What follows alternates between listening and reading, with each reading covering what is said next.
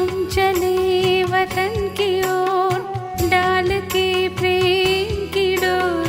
हम चले वतन की ओर डाल के प्रेम की डोर। बाबा खींच रहा है आज सहज ही अपनी ओर। हम चले वतन की ओर।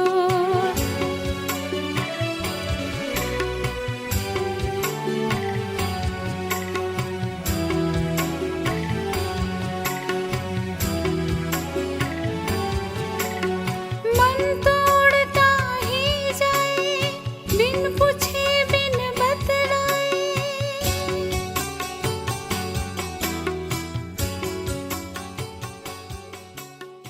ஓம் சாந்தி 26/6/1974 அவ்யக்த பாப்தாதா மதுபன். வாணியின் தலைப்பு: அனைத்து சித்திகளின் பிராப்தியின் ஆன்மீக போதையில் எப்பொழுதும் நிலைத்திருங்கள். இன்று ஞானசூரியன் தந்தை ஒவ்வொரு நட்சத்திரத்தின் நெற்றியில் அதிர்ஷ்ட ரேகையை பார்த்து கொண்டிருந்தார். உலகிய முறையில் கூட பக்தர்கள் மூலமாக கைகள் மூலம் என்ன ஜாதகம் பார்க்கப்படுகிறதோ அதில் முக்கியமாக 4 விஷயங்களை பார்க்கிறார்கள். இங்கு கை மூலமாக இல்லை, ஆனால் நெற்றி மூலமாக முக்கியமாக 4 விஷயங்களை பார்த்து கொண்டிருக்கிறோம். ஒன்று, புத்தியின் லைன் எவ்வளவு தெளிவாக மற்றும் விசாலமாக இருக்கிறது என்பது ஒரு விஷயமாகும்.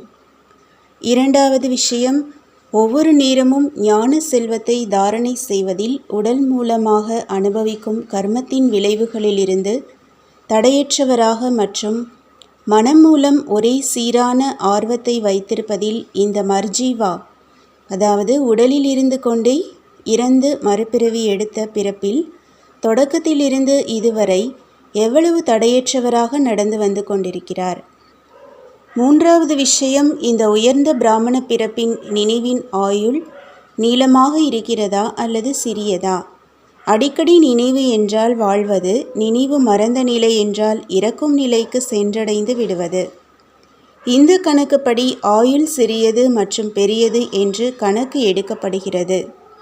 நான்காவது, மர்ஜீவா ஜென்மம் எடுத்தவுடனேயே அன்பு, சம்பந்தம், நெருக்கம் மற்றும் அனைத்து சக்திகளில் எவ்வளவு அதிர்ஷ்டம் நிறைந்தவராக ஆகிவிடுகிறார். அதிர்ஷ்டத்தின் ரேகை சதவிகித கணக்குப்படி துண்டுபடாமல் இருக்கிறதா மற்றும் கூடவே படிப்பிலும் வருமானத்தை சேமிப்பதில் எப்பொழுதும் வெற்றி அடைபவராக, ரெகுலர் மற்றும் பங்க்சுவல், அதாவது சரியான நேரத்தில் வருபவராக எவ்வளவு இருந்தார்? எத்தனை ஆத்மாக்களுக்காக மகாதானி, வரதானி, கல்யாண்காரியாக ஆகியிருக்கிறார்? அதாவது தானம் புண்ணியத்தின் ரேகை நீளமாக இருக்கிறதா அல்லது சிறியதாக இருக்கிறதா? இந்த அனைத்து விஷயங்களின் அடிப்படையில் ஒவ்வொரு நட்சத்திரத்தின் தற்சமயம் மற்றும் எதிர்காலத்தை பார்த்து கொண்டிருந்தோம். நீங்கள் அனைவரும் தன்னுடைய நெற்றியின் ரேகைகளை தெரிந்தும் மற்றும் பார்க்கவும் முடியும். ஆனால் எப்படி? பாப் தாதாவின் இதே சிம்மாசனதாரியாகி, நினைவு என்ற திலகமிட்டவராகி, ஞானம் நிறைந்த மற்றும் சக்தி நிறைந்த நிலையில் நிலைத்திருந்து பார்த்தீர்கள் என்றால் தெளிவாக தெரிந்து கொள்ள முடியும். தன்னுடைய பதவியை விட்டுவிட்டு மாயாவின் எதிர்ப்பில் நிலையில் நிலைத்திருந்து கொண்டு தன்னை மற்றும் பிற ஆத்மாக்களை எப்பொழுது பார்க்கிறீர்களோ அப்பொழுது தெளிவாக தென்படுவதில்லை. பொசிஷன், பதவி எது? உங்களுக்கு உங்களுடைய பொசிஷன் எது? அதில்தான் அனைத்து விஷயங்களும் வந்துவிடுகிறது. மாஸ்டர் அல்மைட்டி அத்தாரிட்டி, அனைத்து சக்திகள் நிரம்பிய அதிகாரம் உள்ளவர், எப்பொழுதும் இதே பதவியில் நிலைத்திருந்து கொண்டு ஒவ்வொரு காரியம் செய்து கொண்டே இருந்தீர்கள் என்றால் இந்த பொசிஷன் மாயாவின் ஒவ்வொரு தடையையும் தாண்டி தடையற்றவராக ஆக்கக்கூடியது.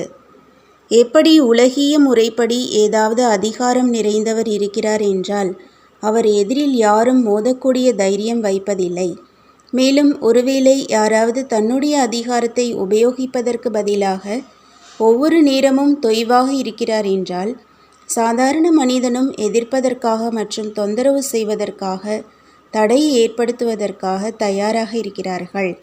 அப்படி இதுவும் தன்னுடைய அதிகாரத்தை பிராப்தியாகி இருக்கும் அனைத்து சக்திகளை, வரதானங்களை உபயோகிப்பதற்கு பதிலாக தொய்வாக இருக்கிறீர்கள். எனவே ஒவ்வொரு நேரமும் மாயாவை எதிர்கொள்வதற்கான தைரியம் இருக்கிறது. எண்ணத்தில், வார்த்தையில், காரியத்தில், சம்பந்தத்தில் மற்றும் செல்வத்தில் அனைத்திலும் தலையிடுவதற்கான தைரியம் வைக்கிறது. எந்த விஷயத்தையும் விடுவதில்லை.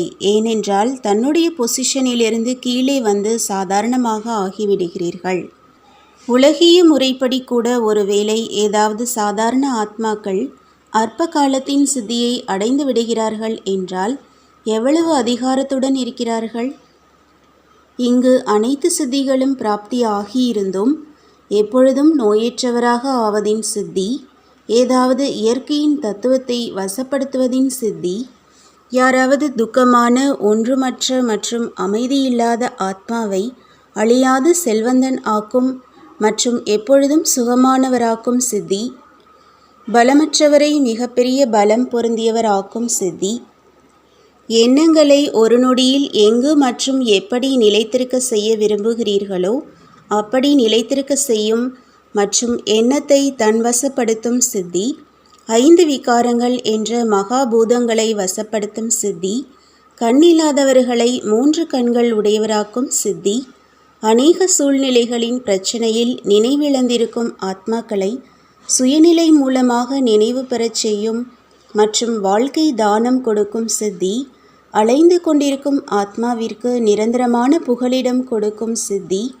பல ஜென்மங்களுக்காக ஆயுளை நீண்டதாக ஆக்கும் சித்தி, அகால மரணத்திலிருந்து காப்பாற்றும் சித்தி, ராஜ்ய பாக்கியம் மற்றும் ஆசனம், கிரீடம் பிராப்தி செய்வதின் சித்தி, அந்த மாதிரி அனைத்து சித்திகளை விதி மூலமாக பிராப்தி செய்விக்கக்கூடிய ஆத்மாக்கள் எவ்வளவு போதையில் இருக்க வேண்டும்? உங்களை நீங்களே ஏன் மறந்து விடுகிறீர்கள்? பெற வேண்டும் தந்தையின் ஆதரவை மற்றும் செய்துவிடுகிறீர்கள் சர்வசக்திவானிடமிருந்து விலகி இருக்கும் காரியத்தை. படகோட்டியிடமிருந்து விலகிச் சென்று மற்ற கரைகளை, அதாவது லட்சியத்தை எப்பொழுது தேடுகிறீர்கள் என்றால் கிடைக்குமா அல்லது நேரம் வீணாக செல்லுமா? பாப் தாதாவிற்கு அந்த மாதிரி வெகுளியான மற்றும் மறந்திருக்கும் குழந்தைகள் மேல் இரக்கம் வருகிறது. ஆனால் இதுவும் எதுவரை தந்தை மூலமாக இரக்கம் பெறுவதின் தேவை மற்றும் ஆசை இருக்கிறதோ அதுவரை மற்ற ஆத்மாக்களுக்காக இரக்க மனம் உடையவராக ஆக முடியாது. யார் அவரை பெறுபவராக இருக்கிறாரோ அவர் கொடுக்கக்கூடிய வள்ளலாக ஆக முடியாது. பிச்சைக்காரன் இன்னொரு பிச்சைக்காரனை நிரம்பியவராக ஆக்க முடியாது. ஆம், மற்றபடி அல்ப காலத்திற்காக சில சக்திகளின் ஆதாரத்தில் அவர்கள் மேல் கொஞ்ச நேரத்திற்காக பிரபாவத்தை ஏற்படுத்த முடியும். ஆனால் நிரந்தரமாக மற்றும் அனைத்திலும் நிரம்பியவராக ஆக்க முடியாது. நல்லது நல்லது என்று சொல்லும் வரை அனுபவம் செய்விக்க முடியும். ஆனால் ஆசை என்றால் என்னவென்று அறியாத நிலை வரை கொண்டு வர முடியாது. நல்லது நல்லது கூறுவதின் கூடவே அனைத்து பிராப்தியின் ஆசை முடிவதில்லை.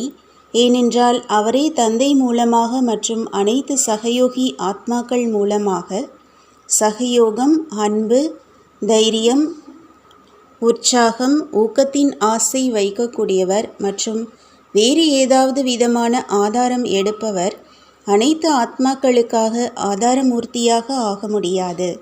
இயற்கையின் மற்றும் சூழ்நிலையின் மேலும் மனிதர்களின் மற்றும் சாதனங்களின் அடிமையாக இருக்கக்கூடிய ஆத்மா மற்ற ஆத்மாக்களையும் அனைத்து அதிகாரங்கள் நிறைந்தவராக ஆக்க முடியாது. எனவே தன்னுடைய அனைத்து சித்திகளை தெரிந்து அவற்றை உபயோகப்படுத்துங்கள். ஆனால் ஒரு கருவியாக ஆகி மட்டும் உபயோகம் செய்யுங்கள்.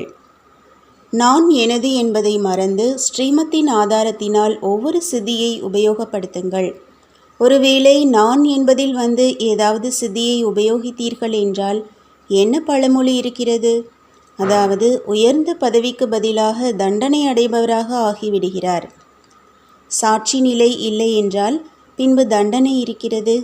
எனவே எப்பொழுதும் நினைவு சொரூபமானவராக மற்றும் சித்தி சொரூபமானவராக ஆகுங்கள். புரிந்ததா? நல்லது. வரதானம்: துணைவனின் துணை மூலமாக எப்பொழுதும் மனமகிழ்ச்சியை அனுபவம் செய்யக்கூடிய இணைந்த ரூபமுடையவர் ஆகுங்கள். எப்பொழுதெல்லாம் தனிமையின் அனுபவம் ஆகிறது என்றால் அந்த நேரம் புள்ளி ரூபத்தை நினைவு செய்யாதீர்கள். அது கடினமாக இருக்கும். அதன் மூலம் சோர்வடைந்து விடுவீர்கள். அந்த நேரம் தன்னுடைய சுவாரஸ்யமான அனுபவங்களின் கதைகளை நினைவில் கொண்டு வாருங்கள். தன்னுடைய சுய கௌரவத்தின் பிராப்தியின் பட்டியலை எதிரில் கொண்டு வாருங்கள். புத்தியால் மட்டும் நினைவு செய்யாதீர்கள், ஆனால் உள்ளபூர்வமாக துணைவனுடன் சேர்ந்து இணைந்தவராகி அனைத்து உறவுகளின் அன்பின் ரசனையை அனுபவம் செய்யுங்கள். இதுதான் மன்மனாபவ ஆகும். மேலும் இந்த மன்மனாபவ ஆவதுதான் மனமகிழ்ச்சி அடைவதாகும். ஸ்லோகன்: தந்தையின் ஸ்ரீமத் படி சரி செய்கிறேன் என்று சொல்லிக்கொண்டே இருந்தீர்கள் என்றால் அனைத்து சக்திகளின் அதிகாரம் கிடைத்துவிடும். நல்லது. ஓம் சாந்தி.